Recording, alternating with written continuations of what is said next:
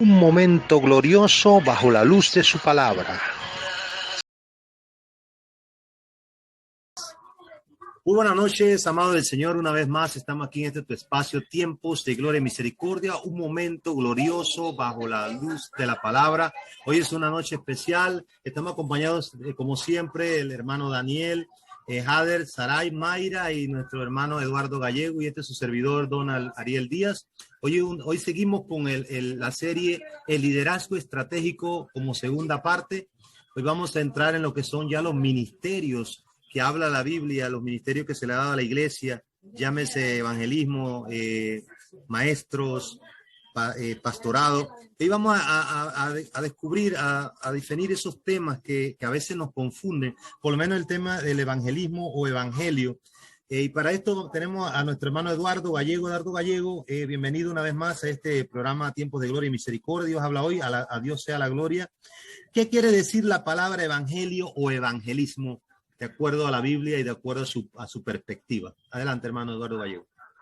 Amén. Primero que todo, agradecer a Dios y gracias por otra transmisión más. Vemos que hoy en día la palabra evangelio está sonando por toda parte del mundo, mas nosotros tenemos que saber cuál es el significado. La palabra evangelio en el origen latín, evangelio, está a su vez proviene del griego evangelium, ¿no? Tenemos que saber de dónde viene el origen. Y la misma está compuesta por dos vocablos, que significa bien, y angelos, que expresa mensajero, por lo tanto significa buena nueva o mensaje feliz. El Evangelio es un conjunto de 4 libros contenidos en el Nuevo Testamento en donde narra la vida, enseñanza y milagros de Jesús. La palabra evangelio vemos que a su vez proviene del griego y la misma está compuesta. Y esta composición de los evangelios forman en el Nuevo Testamento, son los evangelistas Lucas, Marcos, Juan, y son los cuales son conocidos como los evangelios canónicos, ¿verdad? Y nos enseña cada día más lo que Jesucristo vino a hacer por nosotros. Vemos que los evangelios en cada celebración eclesiástica es compartido con los creyentes, uno o varios capítulos, para razonar, para sazonar lo que Jesucristo hizo por nosotros aquí en la tierra. Y vemos las enseñanzas que dejó a sí mismo. ¿No? Vemos también que Jesucristo nos enseña a nosotros cada día más en su evangelio, a cómo hacer discípulos, a cómo ir y repartir la palabra de Dios a las naciones, a toda parte del mundo. Hoy en día el evangelio se está predicando a nivel mundial y vemos que no se detiene su palabra está llegando a los confines y es lo que está puesto y señalado que tiene que llegar a todas partes. El evangelio es algo que nosotros tenemos que asumir y como hijos de Dios tenemos que tener un sano evangelio, una sana doctrina. ¿Por qué? Porque nos demanda que nosotros aprendamos como Jesucristo aprendió, le enseñó a sus discípulos el sano evangelio. Entonces vemos que realmente cada día que nosotros aprendemos más del evangelio, vemos que el evangelio está compuesto por 4 libros, ya lo acabo de decir en el Nuevo Testamento, entonces es parte de los libros canónicos y nos enseña y nos redarguye de una manera diferente a enseñar cómo Jesucristo dio la vida por nosotros, dio su vida, cómo lo crucificaron, cómo murió, cómo sufrió por ti, por mí. Entonces, si hablamos de evangelio, nos vamos a alargar porque vemos cada pasaje de Jesucristo. Vemos evangelio sinótico, evangelio apócrifo, evangelio canónico. Vemos los evangelios aquí de diferentes cosas. Entonces tenemos que entender de que la palabra evangelio es prácticamente la vida de nuestro Señor Jesucristo, compuesto en los 4 evangelios, Mateo, Marcos, Lucas y Juan. Y es lo que Jesucristo quiere que cada uno de nosotros entendamos. ¿Cuál es el evangelio? ¿Cuál es la sana doctrina? ¿Cuál es el propósito de aprender los evangelios? Y es muy bueno que cada día nosotros estemos más conectados con estos evangelios porque ahí es donde está la salvación de cada uno de nosotros, ahí es donde están las señales de cada uno de nosotros y ahí están las parábolas y los sermones de que Jesucristo está hablando y las señales venideras. Más en este tiempo ahora que estamos, el evangelio de Mateo 24:7 nos lo dice. Así que eso para mí es el evangelio. Amén. Gracias, hermano Eduardo, por esta explicación. Amigo televidente, usted ya tiene una idea del concepto de evangelio y evangelismo. Por eso te escucha, no me avergüenzo de evangelio, que es poder de Dios. Ahí el pastor lo explicaba, que es la manera de expresar el poder de Dios a través de la palabra. Ese evangelio Y ahora vamos a ver ese concepto de evangelizar, que ese ministerio de evangelista. Vamos a pedirle a nuestro hermano Daniel Bayona que nos explique cuáles son esas funciones de ese ministerio evangelista que existe. Hay muchos evangelistas que se mueven de lugares, sectores en sectores a nivel nacional. Vemos cómo el evangelismo va tomando fuerza y llevando esa información, presentándose esa información a cada criatura. Entonces, que nos podía explicar sobre las funciones de este ministerio evangelista que introdujo nuestro hermano Eduardo Gallego. Adelante, hermano Daniel.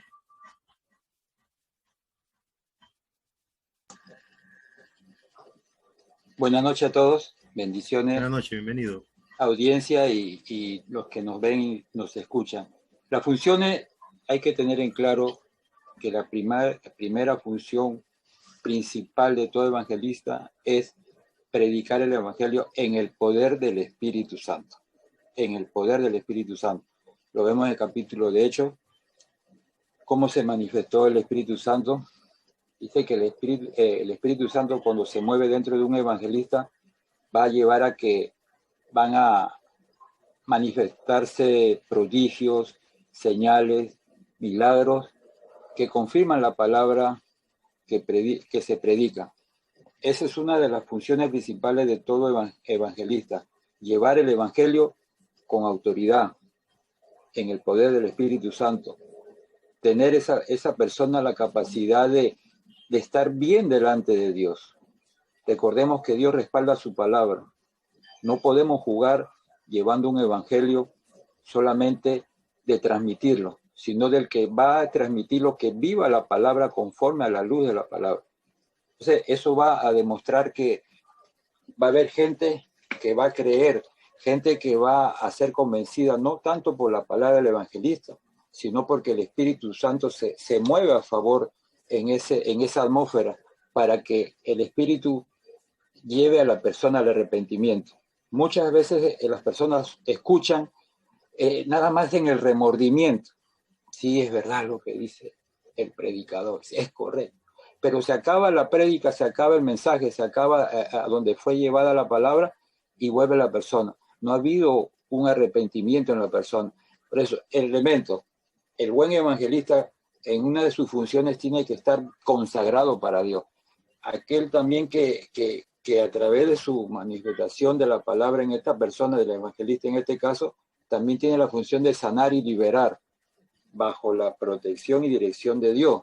No, Dios va a respaldar ese trabajo porque los dones de poder se van a manifestar para sanar dolencia, para liberar tanto literal como espiritualmente a todas las personas. Y eso es lo que nosotros queremos transmitirte a ti en esta hora, de que no hay esperanza. El evangelista en su función tiene que recorrer ciudades, aldeas, llevando el mensaje de salvación, el mensaje de consuelo a tantas cosas que hoy vivimos. Nosotros podemos mencionar mucho, pero yo te digo, el evangelista tiene una gran responsabilidad de llevar la palabra con denuedo, con autoridad y acorde a la dirección del Señor. Por eso que en Timoteo, 2 Timoteo 4:15 dice, pero tú sé sobrio en todo, soporta las aflicciones, haz la obra de evangelista, cumple tu ministerio. Bendiciones. Amén. Gracias, Pastor Daniel, por esa contribución. Vemos aquí que el Pastor Daniel toca puntos importantes como la consagración, ese testimonio que hable del poder de Dios, el mover de Dios en la vida de ese evangelista. Y dentro de las funciones que él recalcó, también de moverse de un lugar a otro, también como lo decía también el Señor Jesucristo, se movía de aldea en aldea.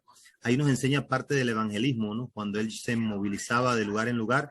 Y vemos pues cómo esta palabra tiene que ser movida. Y ese evangelista, gracias Pastor por esas funciones que nos dio claramente y podemos tener ya una idea de cuál es esa función del ministerio evangelista que muchos nos preguntamos. Así que vamos entonces a darle paso a la hermana Saray. Bienvenida, hermana Saray, a Tiempo de Gloria y Misericordia, un momento glorioso a la luz de su palabra.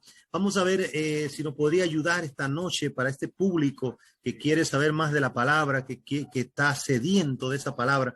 ¿Qué significa la palabra pastor? Siempre yo escucho por ahí el pastor, el reverendo, el apóstol. Pero queremos concentrarnos en la palabra pastor. ¿Qué significa la palabra pastor en sí? ¿Nos podía sustentar con la Biblia? Adelante, hermana Sara. Amén. Buenas noches a todos, bienvenidos a esta plataforma. Bueno, la palabra pastor, para tener un conocimiento, lo voy a definir primero en el ámbito secular, que es un pastor. Pastor tiene por oficio guardar, guiar, apacentar el ganado, ¿verdad? Cuidarlo de las ovejas.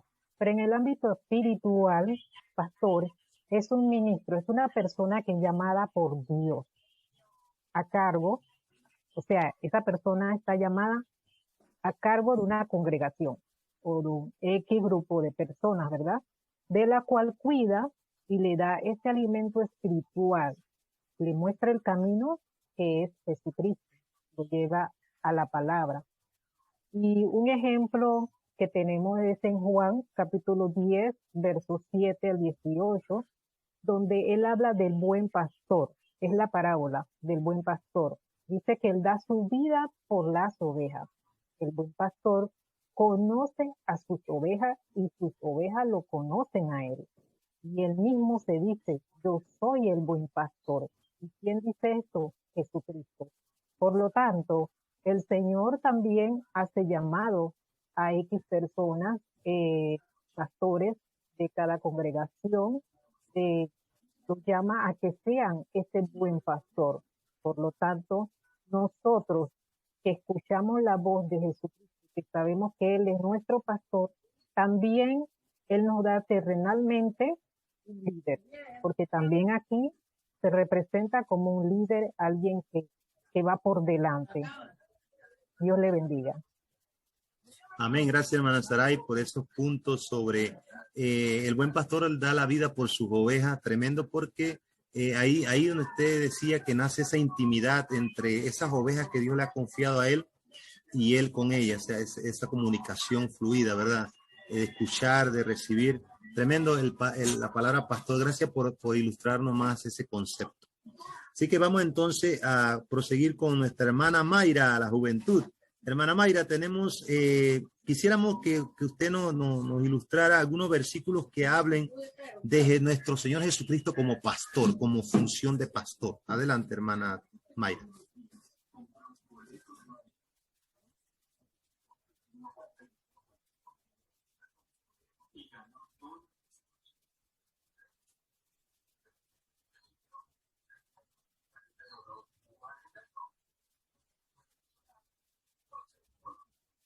No le escucho, ¿verdad? Tiene el audio apagado, Mayra, creo.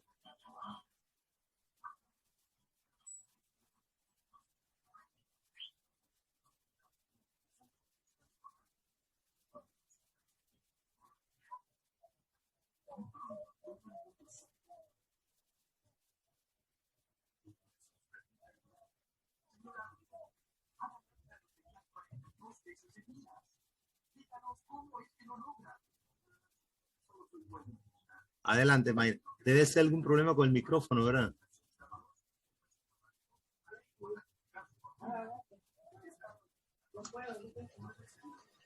Coloque bien el audífono, seguro que no está bien conectado. Sí, están escuchando. Ahora sí. Okay. Ahora sí. Sí, bueno, estos son errores técnicos. Sí, estamos en vivo, no se preocupe. Bueno, sí, estamos hablando de lo que es liderazgo estratégico, del concepto de pastor. Ahora veremos a nuestro Señor Jesús como pastor en la Biblia. Algunos versículos que encontré en el Nuevo Testamento son Mateo 26:31, dice: Entonces Jesús les dijo: Todos vosotros os escandalizaréis de mí esta noche, porque escrito está: heriré al pastor y las ovejas del baño serán dispersadas. Aquí el Señor está hablando de cuando ya se llegaba el momento en el cual iba a ser crucificado. Se refería a él como el pastor. Otro versículo que encontré fue en San Juan, capítulo 10, versículo 11. El Señor nos dice: Yo soy el buen pastor. El buen pastor su vida da por las ovejas. Nuevamente, el Señor se refiere a él como un pastor. Y otro versículo puntual es Primera de Pedro, capítulo 2, versículo 25, en el cual dice: porque vosotros erais como ovejas descarriadas, pero ahora habéis vuelto al pastor y obispo de vuestras almas. Así que estos son unos versículos en los que se refieren a Jesús como el pastor. Bendiciones. Amén. Gracias, hermana Mayra. Vemos aquí bajo la luz de su palabra. La hermana nos mostró versículos que complementan o que evidencian la función de nuestro Señor Jesucristo como del pastor que te pastorea en medio del desierto. Gloria a Dios. Es que vamos entonces a darle paso a nuestro hermano Jader Luna.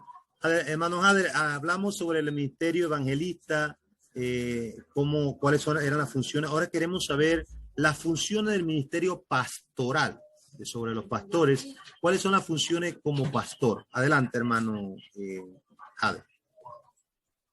Bendiciones a todos en esta hermosa noche, a todos aquellos que nos ven y nos escuchan. Bueno, las funciones del ministerio pastoral lo podemos notar en 4 puntos, lo podemos definir en 4 puntos. Primer punto, el pastor conoce a sus ovejas. Esto lo podemos ver en Juan 10:14, que dice: yo soy el buen pastor, conozco mis ovejas y mis ovejas me conocen. Implica que el pastor de una congregación debe conocer a las personas que se congregan allí, a sus ovejas. Debe haber allí una relación estrecha entre el pastor y la oveja. Ese es uno. El segundo, mantener el rebaño unido. Juan 10:16 dice: también tengo otras ovejas que no son de este redil. Aquellas también debo traer y oirán mi voz, y habrá un rebaño y un pastor. El pastor debe mantener el rebaño unido. Algunas veces el pastor pues es suave, con cuerda de amor, como dice la palabra. Algunas veces pues debe ser un poco más firme, pero lo importante es que todas estas situaciones son necesarias para que el rebaño esté unido, ¿no? Tercer punto, defiende del maligno a las ovejas. Lo vemos en Primera de Samuel 16:19. Dice: y Saúl envió mensajeros a Isaí diciendo: envíame a David, tu hijo, el que está con las ovejas. Vemos cómo David, que cuidaba ovejas, pero tenía un estilo que él defendía a esas ovejas contra osos, contra leones, contra cualquier cosa que viniera a tentar contra la vida de una de sus ovejas. Él estaba allí presto para defender. Eso debe hacerlo un pastor. Dice Jeremías 3:15: y os daré pastores según mi corazón, que os apacienten con ciencia y con inteligencia. El cuarto punto, velan y cuidan de las almas de las ovejas. Lo vemos en Primera de Pedro 5:2, que dice: apacentad la grey de Dios que está entre vosotros, cuidando de ella, no por fuerza, sino voluntariamente, no por ganancia deshonesta, sino con ánimo pronto. Dios pedirá cuenta de aquellos que puso a su cuidado. Es muy importante notar que toda alma que está pastoreando, valga la redundancia, a un pastor, Dios le va a pedir cuenta de ello. Entonces, estas son todas las funciones de un ministro para un buen desarrollo, para un buen cuidado de la grey que el Señor le ha puesto. Bendiciones. Amén. Gracias, hermano Jade. Recuerden, tomen nota, amado, porque esto es importante. Tocó ese punto: apacentar, cuidar, guiar, proteger, enseñar. Puntos, funciones del ministerio pastoral. Así que vamos entonces, ahora vamos a tirar una pregunta aquí al panel. Cualquiera de los que están aquí puede decir, bueno, yo la contesto. Hay una diferencia entre, a título personal, ¿no? Opinión, habrá una diferencia entre pastorear y apacentar. Así que no sé si algunos pueden abrir su micrófono y darme su opinión sobre esa diferencia. ¿Es lo mismo pastorear y apacentar? Con el permiso del panel, hay una diferencia grande entre pastorear y apacentar. Pastorear es aquel que da pasto, y apacentar va más allá. hay una intimidad más cercana entre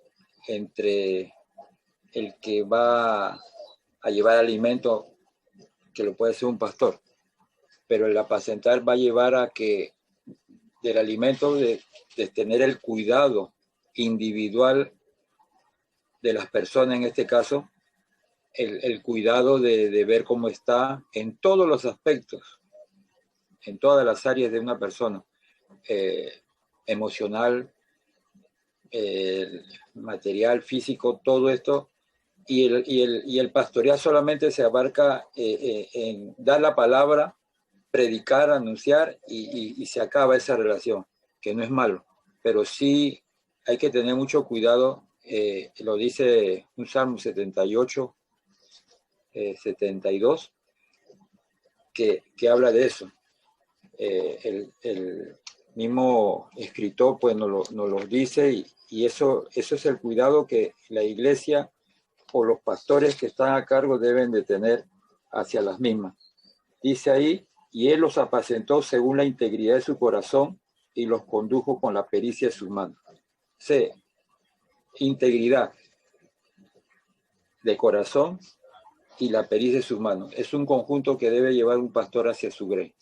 Bendiciones.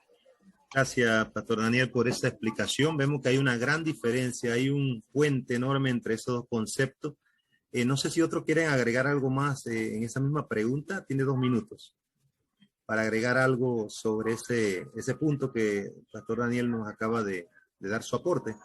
No sé, hermanos Ade Luna, Eduardo Gallego, si tienen alguna aportación de 2 minutos para esta pregunta.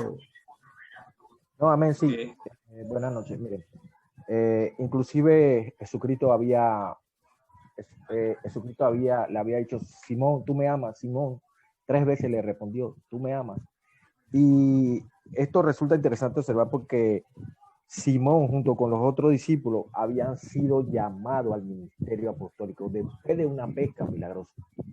Ellos habían sido llamados, y si recordamos el relato de aquella memorable pesca leyendo, vemos de que ellos tenían que apacentar la grey.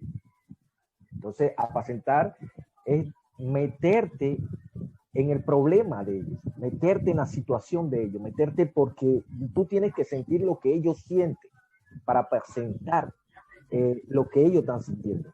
Pastorear, vamos a enseñar, vamos a redarguir, vamos a explicarle, vamos a preevangelizar, vamos a enseñarle primero, preevangelizar, para después evangelizar. Entonces nosotros como pastores, como ministros, discípulos, tenemos que enseñarle y a la vez apacentarle. Muchos de ellos van a tener dificultades en aceptar la palabra de Dios, muchos de ellos no les gusta escuchar, entonces nosotros apacentamos la grey de Dios, porque es difícil. Los inconversos hacen muchas preguntas, entonces nosotros también sabemos darle respuesta porque el Señor nos demanda darle respuesta. Pero en esa manera nosotros apacentamos la grey de Dios con sabiduría que viene de lo alto, con una respuesta que viene de parte de Dios. Entonces hay dos cosas que debemos entender, que el pastor tiene que cuidar sus ovejas, sentir también las necesidades, y apacentar es apacentar los ánimos de cada discípulo de Dios, lo que ellos piensan, todas las cosas, lo que lo atormenta. Entonces nosotros apacentamos en esos momentos las cosas de ellos y a la vez lo pastoreamos. Buenas noches. Me gustó ese concepto de apacentar, lo que dice el pastor Eduardo, hermano Daniel también, sobre hacer tuyos sus problemas. O sea, es importante identificarse, porque hay un sentido empático, de empatía, de solidaridad también en ese accionar como pastor.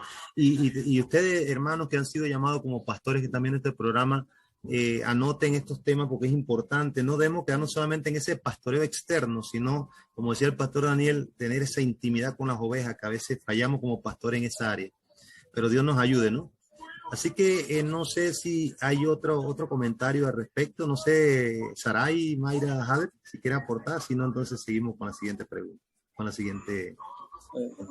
noches. Bueno, creo que está bastante claro, pero yo veo que el hecho de pastorear, como vemos allí, que hablaba sobre David, que David era un pastor, implica que el pastor tiene que tener cuidado con sus ovejas de manera externa. Hay peligros externos que vienen, y el pastor, una de sus funciones es esa, cuidar la oveja en un sentido general, y apacentar ya lo vemos más como una nutrición espiritual, para que la oveja sea nutrida de manera individual y así hay un crecimiento, ¿no? Entonces ahí está la diferencia. Uno es muy general, la otra ya se va a algo más particular.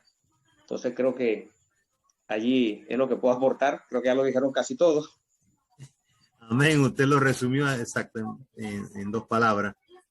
Así que entonces seguimos, hermana Sara, y si quería contestar algo nos avisa. Así que vamos entonces a seguir con este tema. Está bastante interesante, ¿verdad? Que nos nutrimos cada uno. Yo me estoy nutriendo con estos aportes que el Espíritu Santo está poniendo, y sé que usted allá, que nos escucha, que ve este programa, también el Señor está trabajando en nuestros corazones.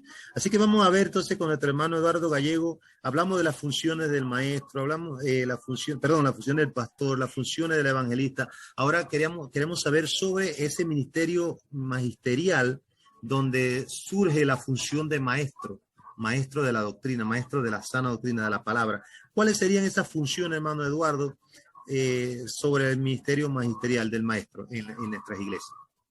Amén, sí. Buenas noches. El ministerio del maestro, un maestro en sentido general, es una persona a la que se le reconoce una habilidad, ¿verdad? Una habilidad extraordinaria, en su determinada área. Él enseña, comparte su conocimiento con otra persona, con los estudiantes. En el ámbito secular de lo que es la palabra de Dios, un maestro es una persona que ha sido puesta por Dios en el cuerpo de Cristo con un propósito específico: enseñar la palabra de Dios.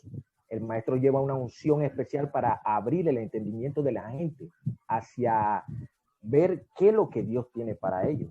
Entonces, vemos que un maestro también tiene que disfrutar en enseñar la palabra de Dios, su tiempo de estudio, tanto como enseña lo que ha aprendido. Una persona que está en el oficio del maestro no lo hace solamente por habilidad natural o por su inclinación natural.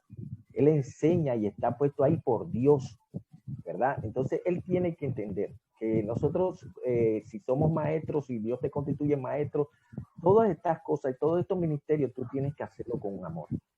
La base de todo y de enseñanza, de toda enseñanza de la palabra de Dios, la doctrina, es el amor.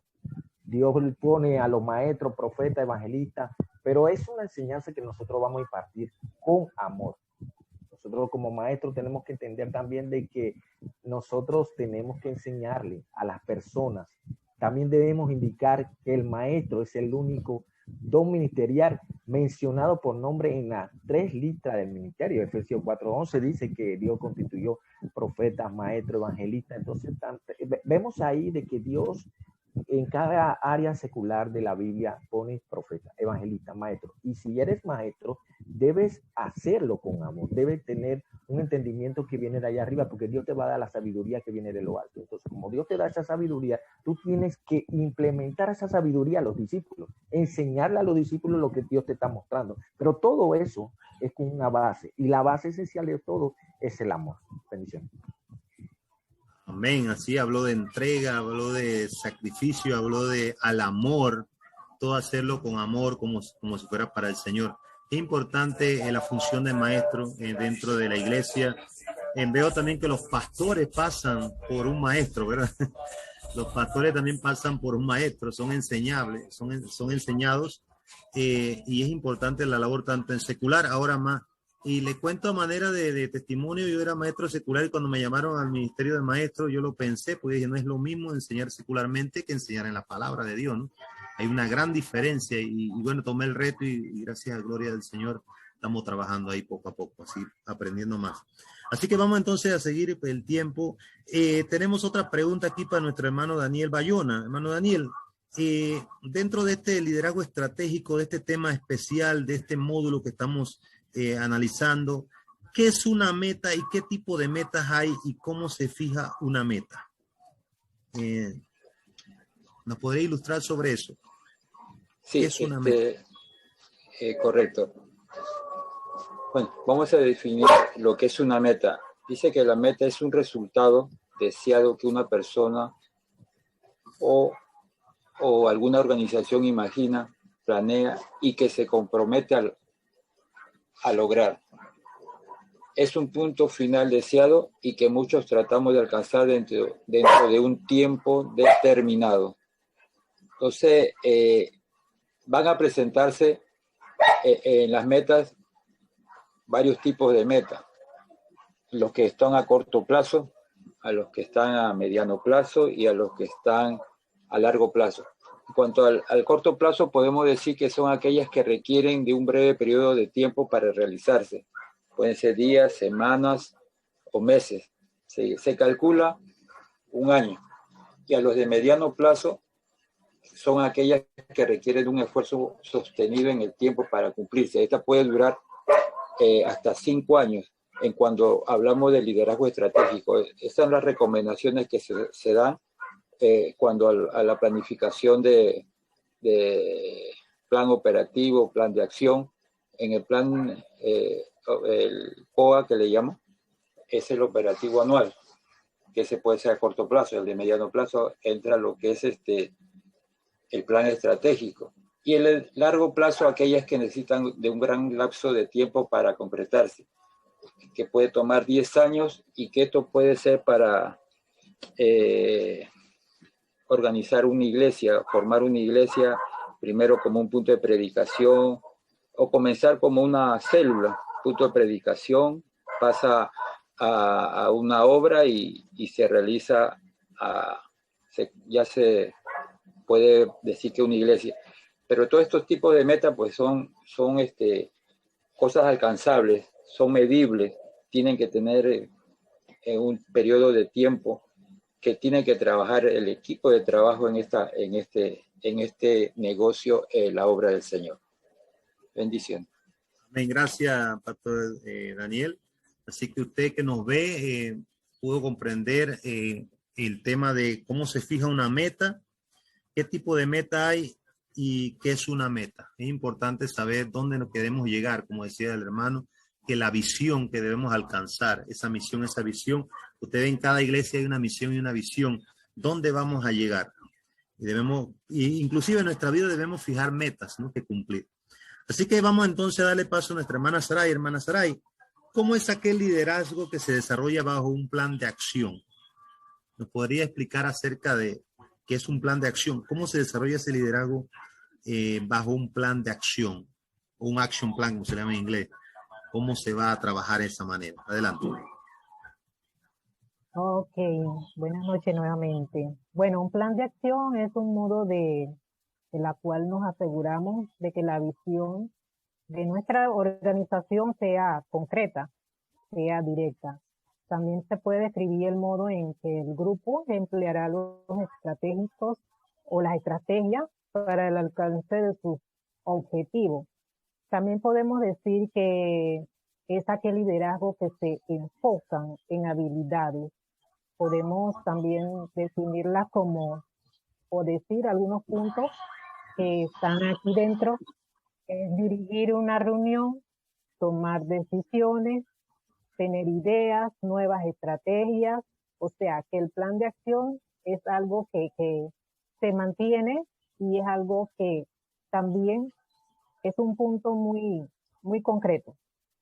Por lo tanto, ese es el objetivo y es aquel liderazgo que se considera como bajo un plan de acción. Amén. Gracias, hermana Saray. Muy importante. Esto es bajo la luz de su palabra, un momento glorioso. Están tomando notas de lo importante de lo que es un plan de acción. ¿Qué elemento involucra? Ahí la hermana Saray nos dice que hay un orden para esa ejecución, una planeación, una organización previa y medidas que se van a tomar para la ejecución del mismo.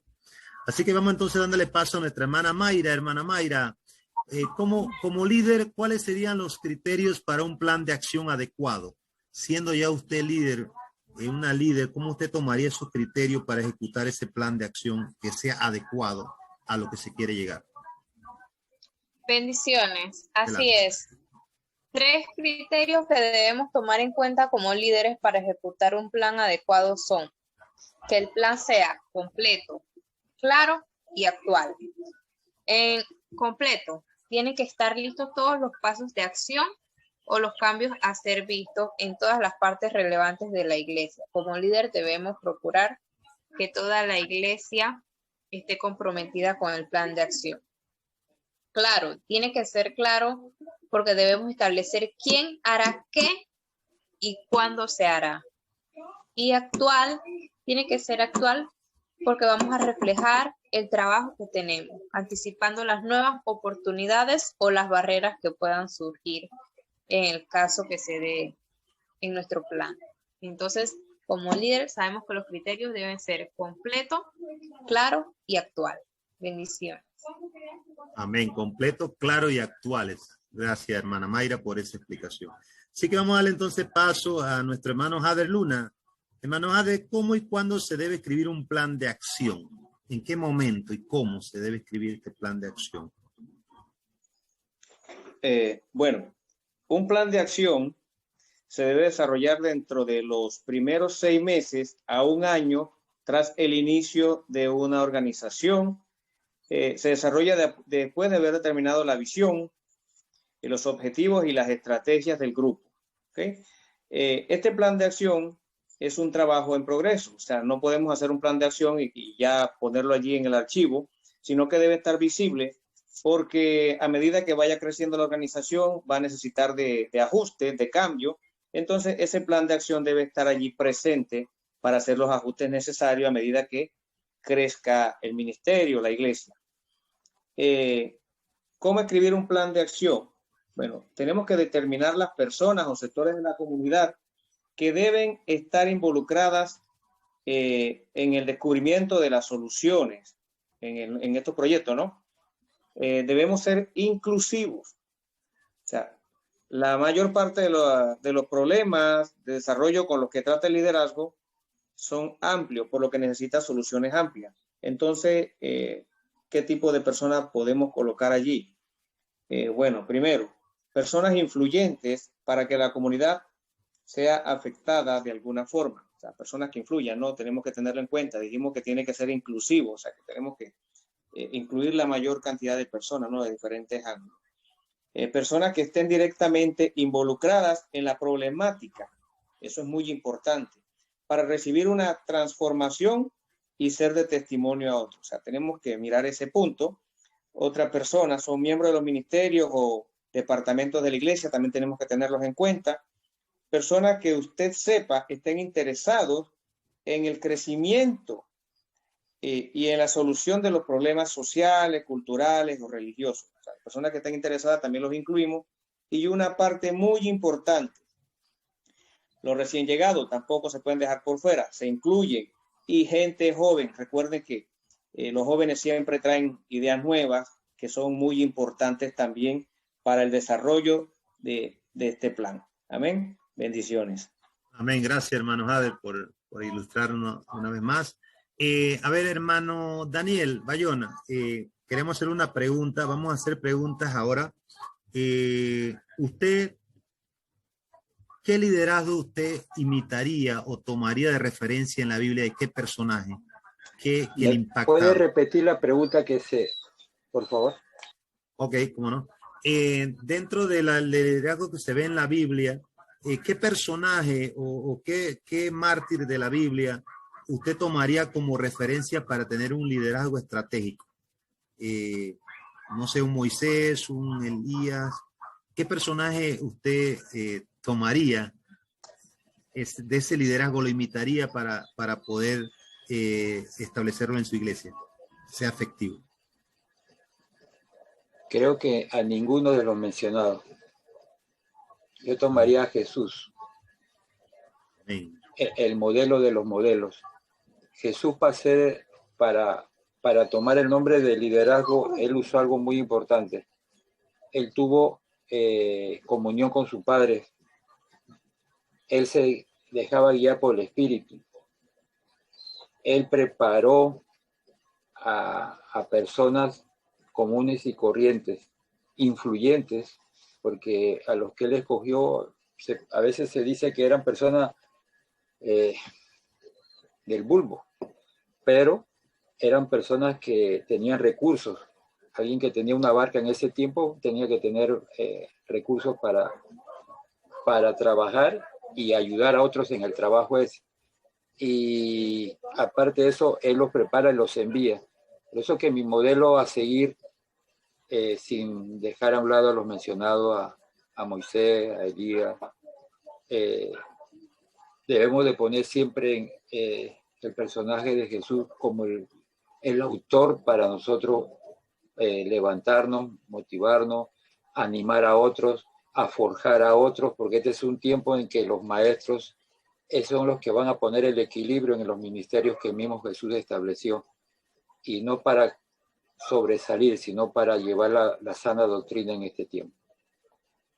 Amén. Gracias, hermano Daniel, maestro por excelencia, Jesucristo.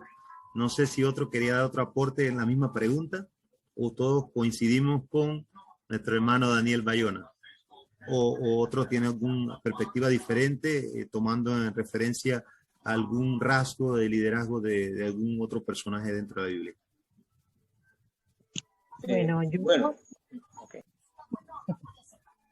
Bueno, yo tomaría igual a Jesús, a Jesucristo como ejemplo.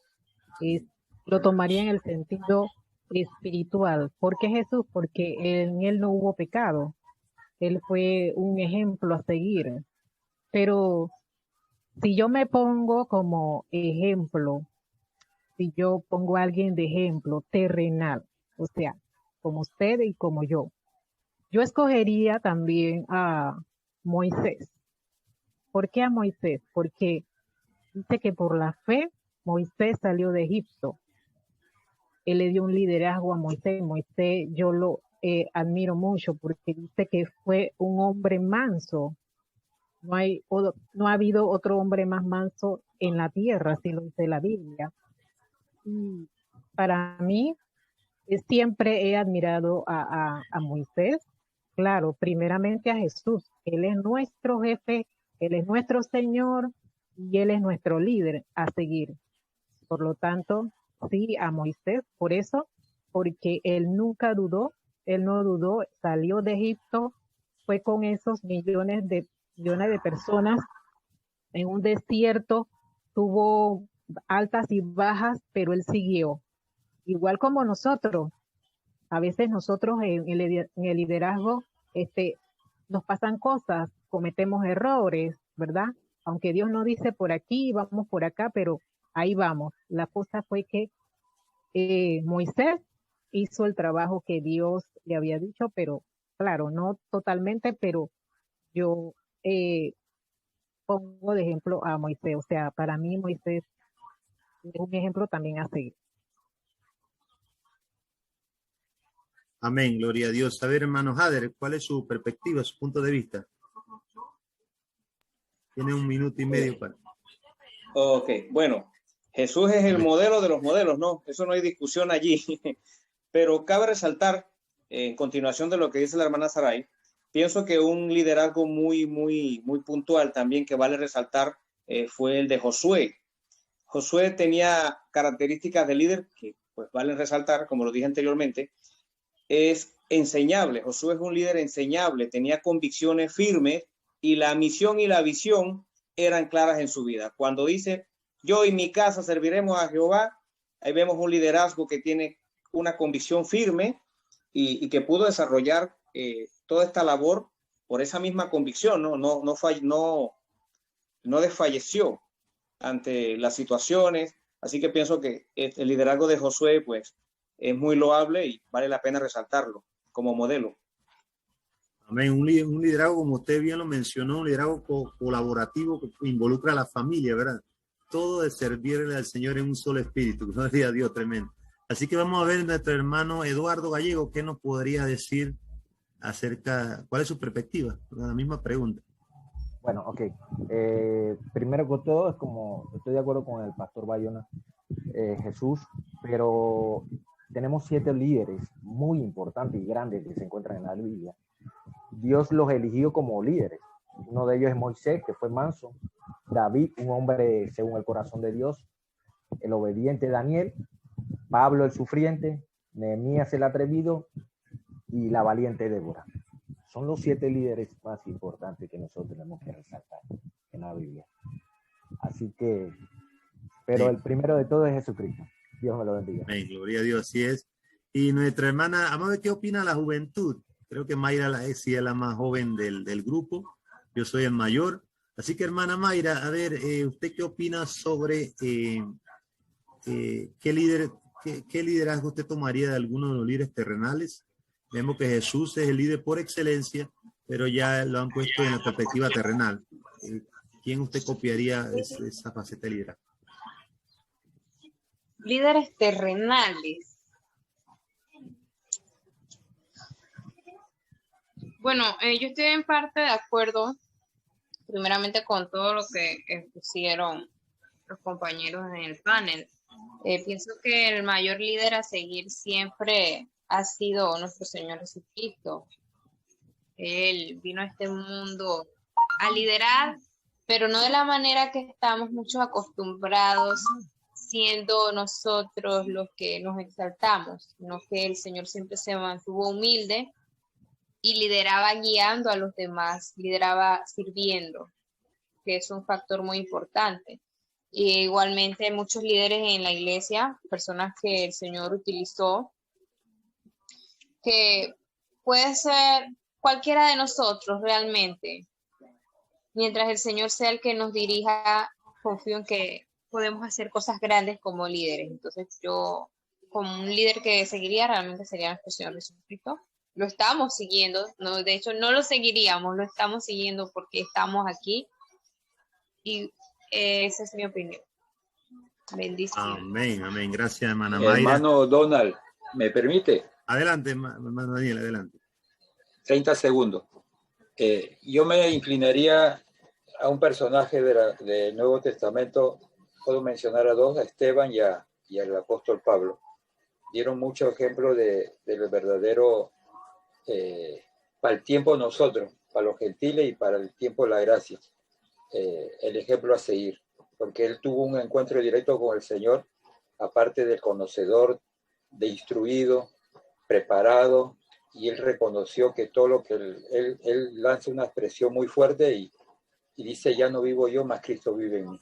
Entonces, dijo él, tuvo eso de decirle, ser imitadores de mí, como yo soy de Jesucristo.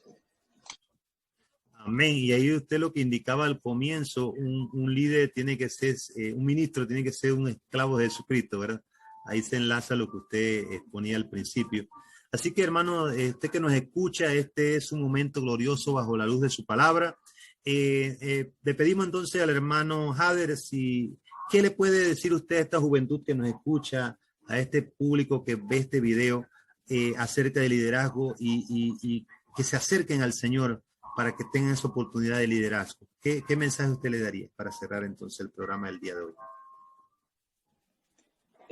Bueno, el mensaje para todo aquel que nos ve, nos escucha, que escucha este video, como lo dijo la hermana Mayra, nosotros somos seguidores de Jesucristo por convicción, por amor, porque Él nos amó primero. Seguimos a este líder de líderes. Lo más importante es saber dónde ponemos nosotros nuestros ojos y a quién seguimos. Hoy día hay muchas corrientes que estamos siguiendo. Hay mucha gente siguiendo corrientes de moda, hay mucha gente siguiendo corrientes económicas, hay mucha gente que sigue corrientes que no lo van a llevar a ningún lado.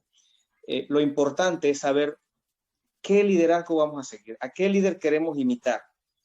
Ahora hay una tendencia de que queremos imitar cantantes, muy de los jóvenes se da más eso ahora, de que quieren imitar cantantes, de que quieren imitar personajes, quieren imitar actores, pero te invito a que imites al que te va a dar la vida eterna, que imites a aquel que murió por ti, que sigas a aquel que dio su vida y que se humilló aquí en la tierra para darte salvación a ti y a mí.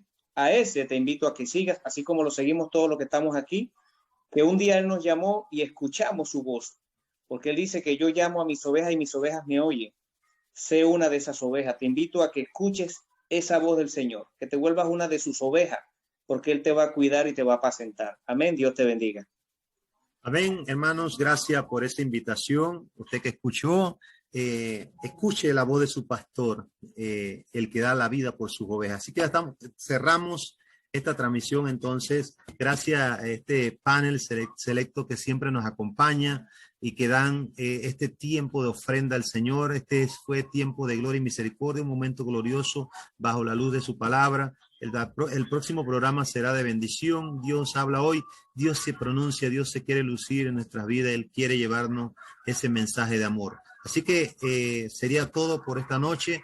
Les invitamos que vean el programa, que se suscriban y que puedan recibir esas notificaciones de este programa que es de gran bendición. Dios me lo bendiga. Hasta la próxima.